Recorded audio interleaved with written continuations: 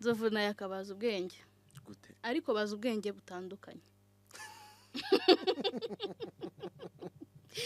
Yakamwana azi ubwenge bw'iyi mihanda n'iyisi.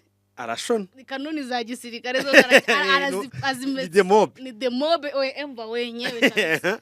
Noneho Nzovu azi bwa bwenge bw'ikinyarwanda. Bw'ikinyarwanda. Bwo kudatuka umuntu. Discipline nyine, discipline. We nibwo bwenge azi. Urumva we azi ibijyanye. Azi kubaha abakire nyine muri make azi kubaha kumenya abakire. Yakamwana yakubashye. Yakubashye. Yakuramo miliyari. Imwe Oya. Wajya no gufata inguzanyo ukayumva. Oya. Bara abatipe ariko bubaha umuntu bitewe nuko uwo muntu ababanira.